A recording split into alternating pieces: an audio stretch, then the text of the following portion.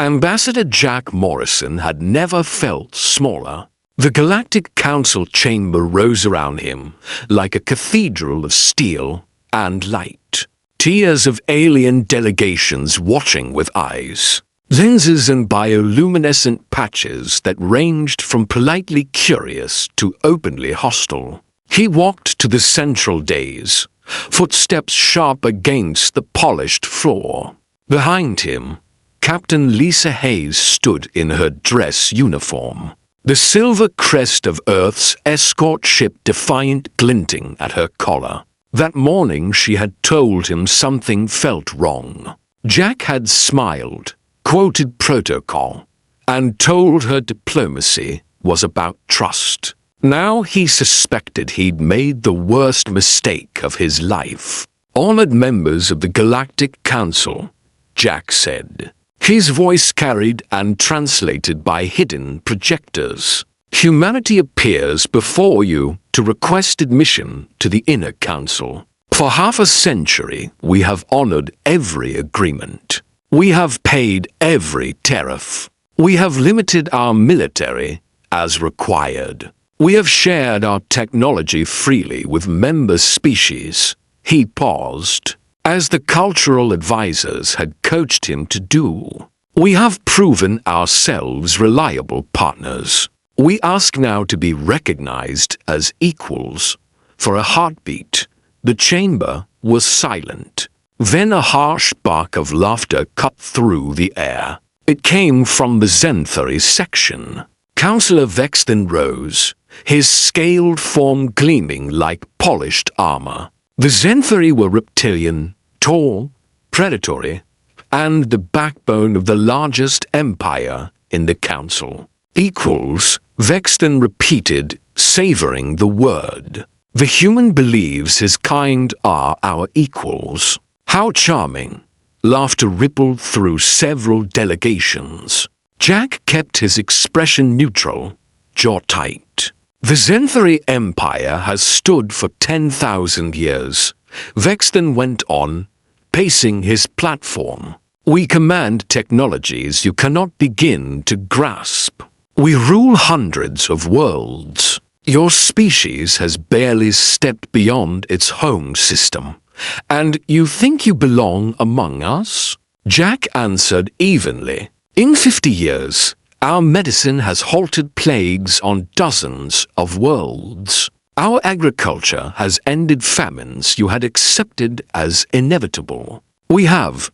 Vexton cut in, teeth bared in something that wasn't a smile. Your contributions are sufficient for a client species. Gratitude is not the same as respect. You are children imitating civilization. At the High Seat, High Arbiter Cole raised one of his many chitinous limbs. The ancient insectoid had chaired the council for centuries. Jack clung to the hope that Cole, at least, would rein this in. Councillor Vexton speaks to a concern shared by many. Cole clicked. Earth has been a useful provisional member, but a place on the Inner Council demands a certain maturity. Perhaps in another century, humanity will be ready. We will proceed to a vote. Cole spread slowly through Jack's chest. The vote was supposed to be a formality. Every diplomatic channel had hinted Earth had the numbers. Someone had lied. On the holographic tally, the results flashed up with brutal speed. 47 against, 2 in favor. The council has spoken, Cole announced. Earth's petition is denied. Jack barely heard him. He only really heard Vexton's voice again. There remains one matter, the Zenthari said, stepping closer, eyes gleaming. Your frivolous petition has wasted council resources. Under Treaty Section 742, Earth must pay reparations. The sum is 3 billion credits. 3 billion.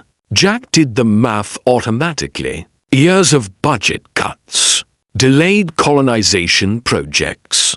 Defense spending carved even further, all because they had dared to ask to be treated as more than servants. Beside him, Captain Hayes shifted.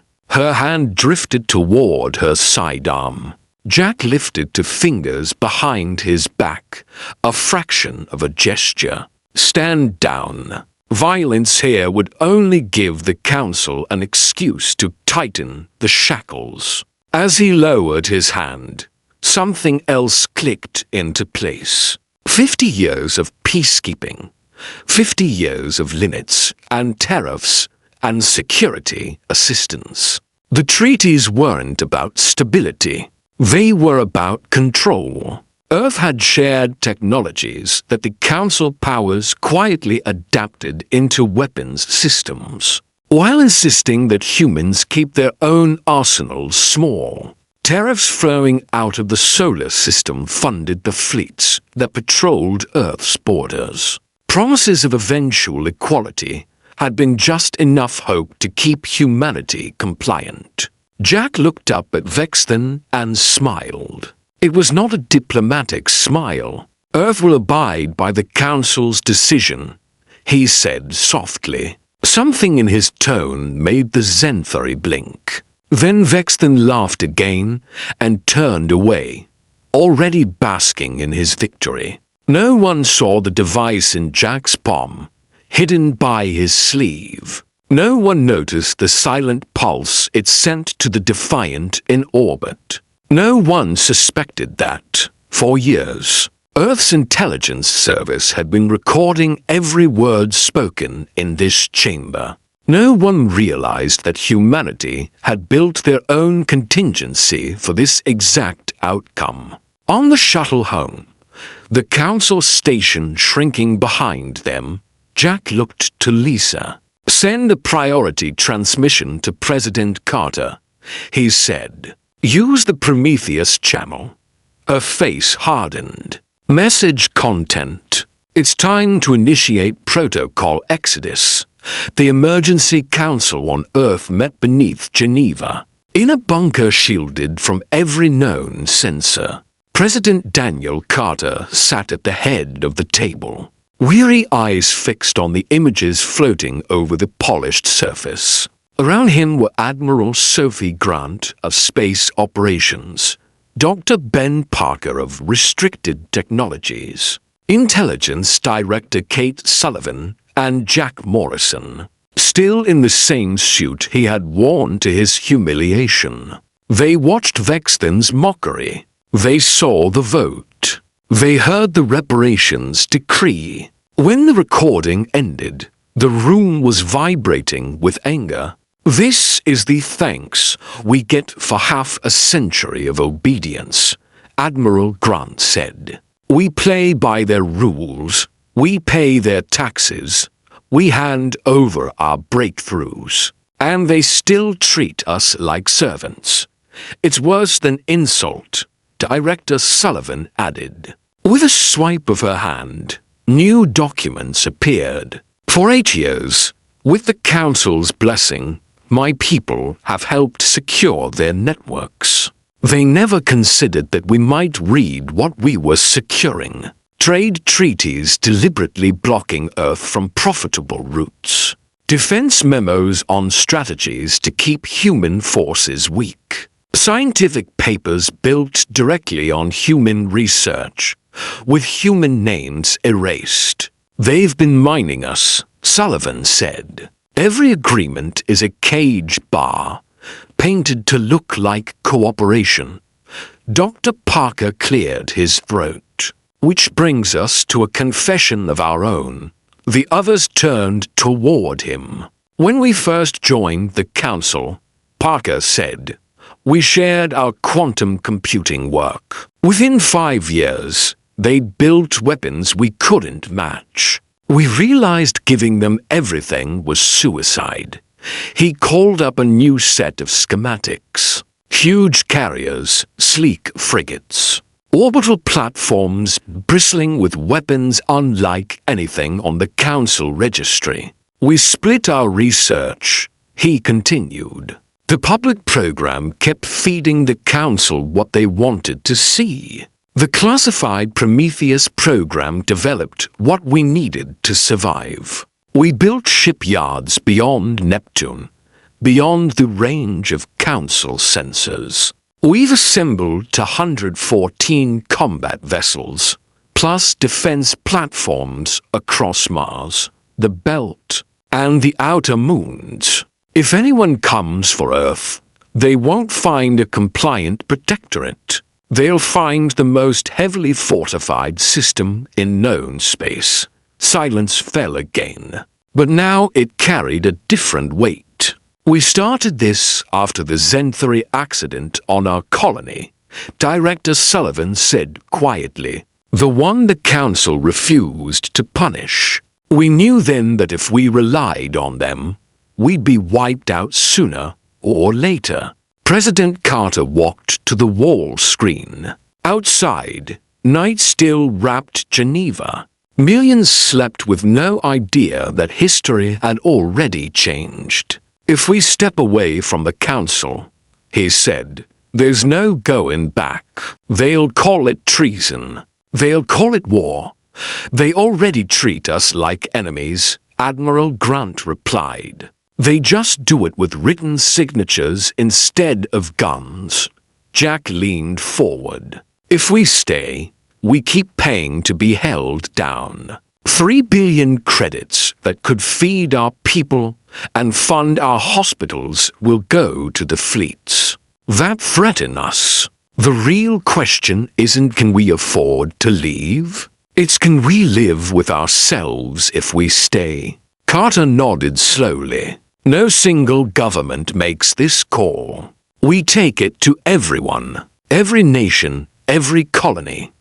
In the next hours, encrypted briefings went out to every capital on Earth and to every inhabited world. Under the human flag, leaders watched the recordings. They saw the evidence. They debated, argued, hesitated. Then, one by one, they voted. By dawn, the decision was unanimous. That evening, President Carter addressed the species. For 50 years, he said, his face broadcast to Earth, the colonies, and on open channels. To council space, we tried to be model members of the Galactic Council. We followed their laws. We paid their fees. We restricted our own growth, hoping to earn what they promised us, respect. He let the silence linger. Today we learned something simple. You cannot earn respect from those who refuse to see you as equals. You can only claim it.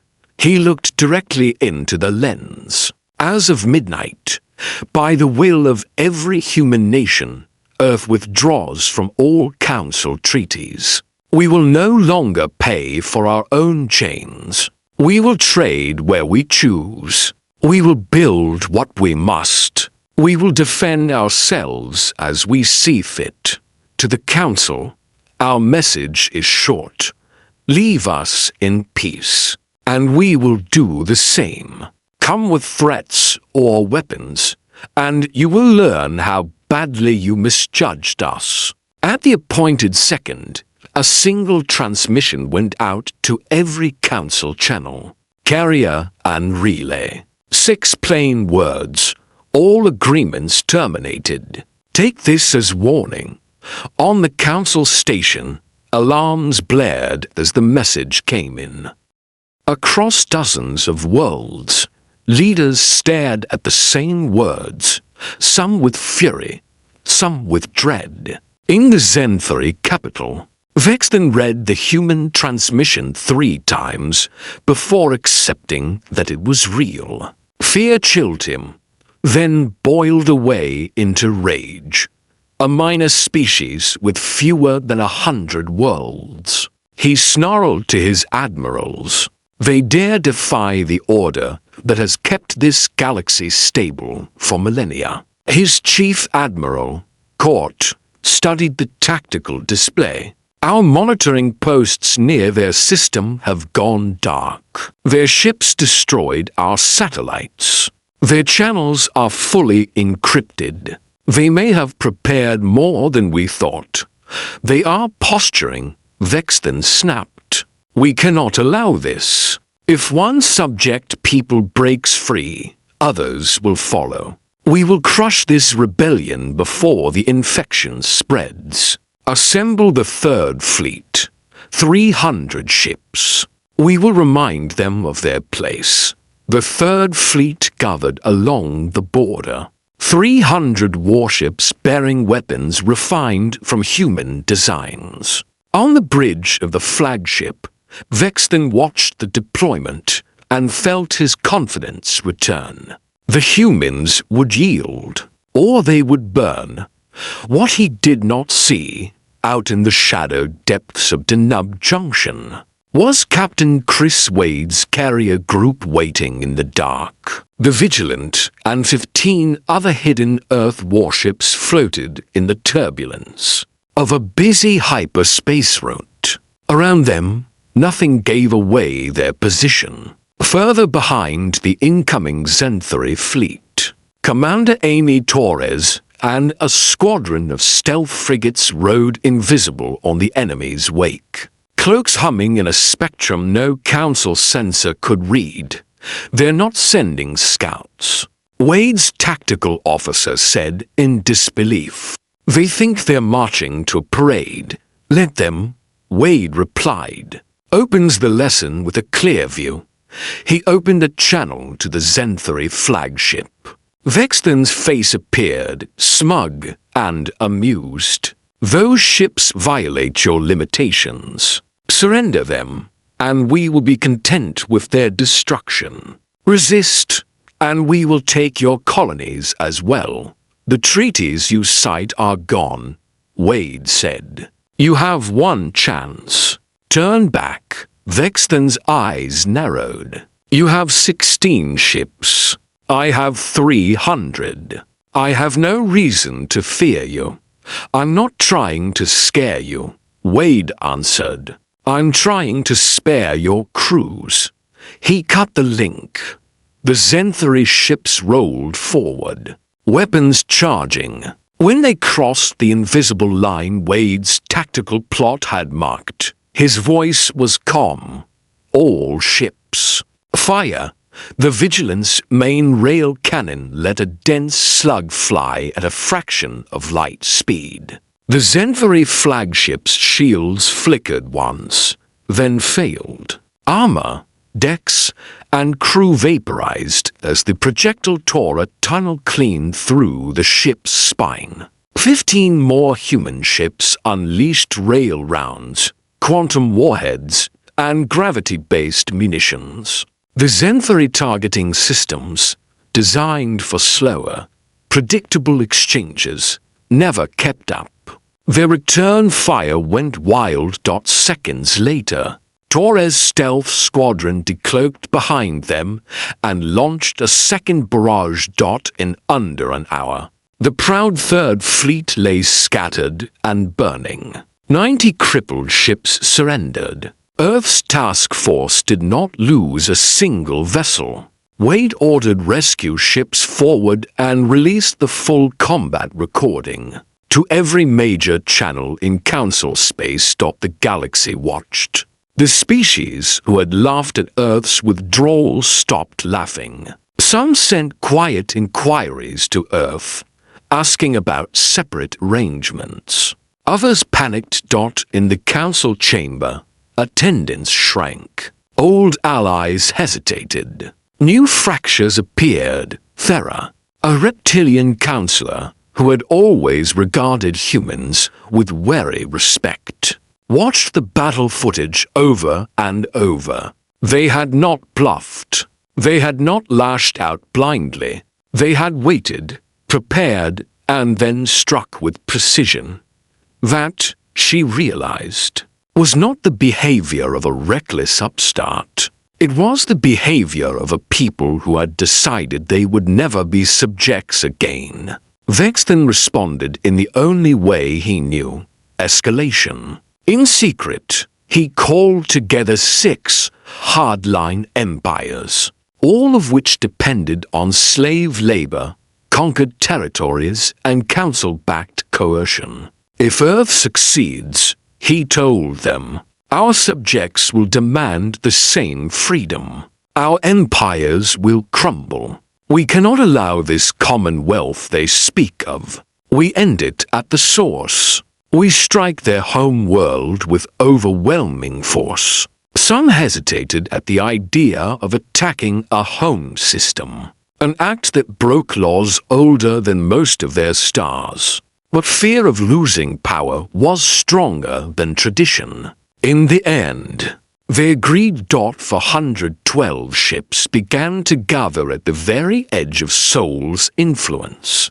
On the council station, Farah opened a channel directors. Like her would be executed for using.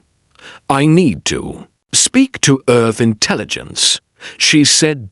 Kate Sullivan answered, they are massing a coalition fleet of over 400 ships, Farah said. 6 empires. Their plan is an assault on your system within 3 weeks. I am giving you their routes, their codes, their formations. Why? Sullivan asked.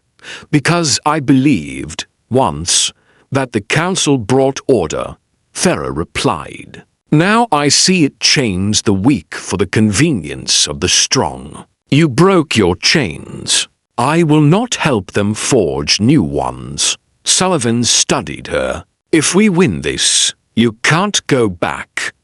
I have no intention of going back, Farah said. If you'll have me, I would rather stand with you. You're welcome, Sullivan said. And from now on, you're not Counselor Farah. You're Ambassador Farah. In Geneva's bunker once more. President Carter listened to the report. They're not sending a message this time, Admiral Grant said. They're coming with everything they have left.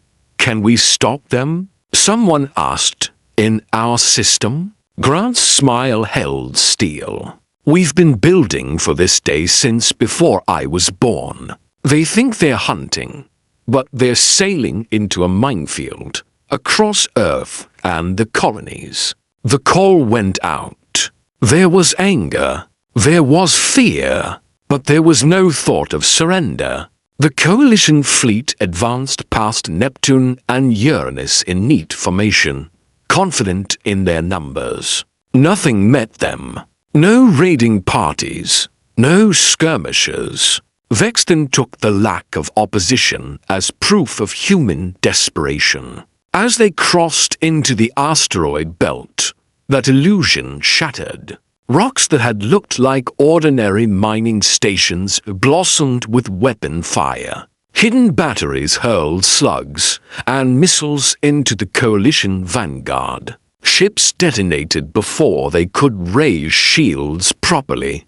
Ambush. Someone screamed on Vexton's bridge. Push through. He snarled. We outnumber them. Once we reach the inner planets, they will break. Burning and bleeding ships forced their way through the belt and emerged toward Mars. Their numbers already cut. Then Mars woke up. Launch silos opened across the rust-red planet. Orbital platforms that had masqueraded as research stations pivoted in perfect sync. A storm of missiles, beams, and kinetic rounds tore into the already battered fleet. From behind Mars, Earth's main battle group advanced, the Defiant at its spear. Captain Lisa Hayes looked at the tactical sphere, at the armada that had come to erase her home, and keyed the open channel. This is Captain Hayes of the Defiant, she said. You demanded our surrender. This is our answer. No. If you want Earth, come and try to take it. Then she cut the line and gave the only order that mattered. All ships. Weapons free. What followed was not a duel. It was a demonstration. Human warships, armed with Prometheus-era systems and networked through combat AIs, moved like a single organism. The coalition, built from 6 different doctrines and technologies, stumbled over its own confusion. Some ships tried to flee and found stealth squadrons waiting behind them. Some tried to yield. Earth accepted those surrenders, shut down their systems, and tracted them clear. Others fought to the last. On his flagship, Vexton watched his coalition die. His tactical officers shouted conflicting reports. Shields failing, drives offline. Weapons outmatched by faster, stranger fire. Every assumption he had ever made about human weakness burned with each ruptured hull. When a rail slug ripped through the flagship's flank and left the ship drifting, powerless, Hayes' calm voice filled his shattered bridge. Zenthari flagship. This is Captain Hayes. You are disabled and surrounded. Power down all remaining systems and prepare to be boarded. Resist, and we finish this here. His crew stared at him. They would fight if he commanded it. They would die in seconds. Stand down, Vexton whispered. We have lost. By the time the last gun fell silent, only 93 coalition ships remained. All damaged, many under human control. Earth had lost 22 vessels and several platforms. The price was terrible, but the attempt to break humanity had failed. President Carter's next speech carried not just within human space, but across thousands of light years. The coalition came to erase our world, he said. They believed fear and numbers would shatter us. They were wrong. Humanity does not kneel. We defend what is ours, and we fight for our freedom. He let that sink in, then continued. But we did not start this war. We do not seek an empire. So we offer something new. To every species listening, join us in building a Commonwealth where no one sits above the rest. No masters and servants. No subject races. Only partners. Within days, worlds began to respond. Many had suffered as provisionals under the old council. Some had been too afraid to speak. Now, seeing Zenthari fleets wrecked and Earth still standing, they found their courage. One by one, they signed. High Arbiter Cole stepped down. The old council dissolved. Vexton faced trial for orchestrating wars, exploiting entire populations, and launching an attack on a home system. He was sentenced to live out his days in a remote orbital prison, watching reports of a galaxy he no longer ruled. Farah helped draft the charter of the new Terran Commonwealth. Assembly, seated in orbit around Alpha Centauri. It had no supreme arbiter. Every member species had a voice and a veto. Decisions required consent, not intimidation. On the day the charter was ratified, Jack Morrison stood again in a grand chamber, looking up at tiers of alien faces. This time, most were hopeful rather than hostile.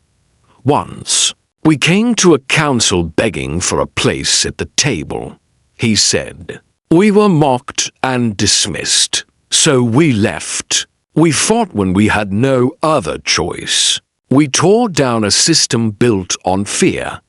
He gestured to the hall around him. Banners from dozens of worlds hanging side by side. Today, we build something better in its place. Not humanity over the galaxy, but humanity with the galaxy. Our gift is simple: equality. guarded by those who refused to live on their knees. The applause that followed was not polite or cautious. It was wild, joyous, shared. On Earth, generations later, students would study what they called the Council War. They would learn about 50 years of patience. The moment humanity finally said enough, the battles that followed, and the worlds that chose a different way. In one classroom, a girl raised her hand. "Teacher," she asked, "why did they ever think they could break us?" Her teacher smiled.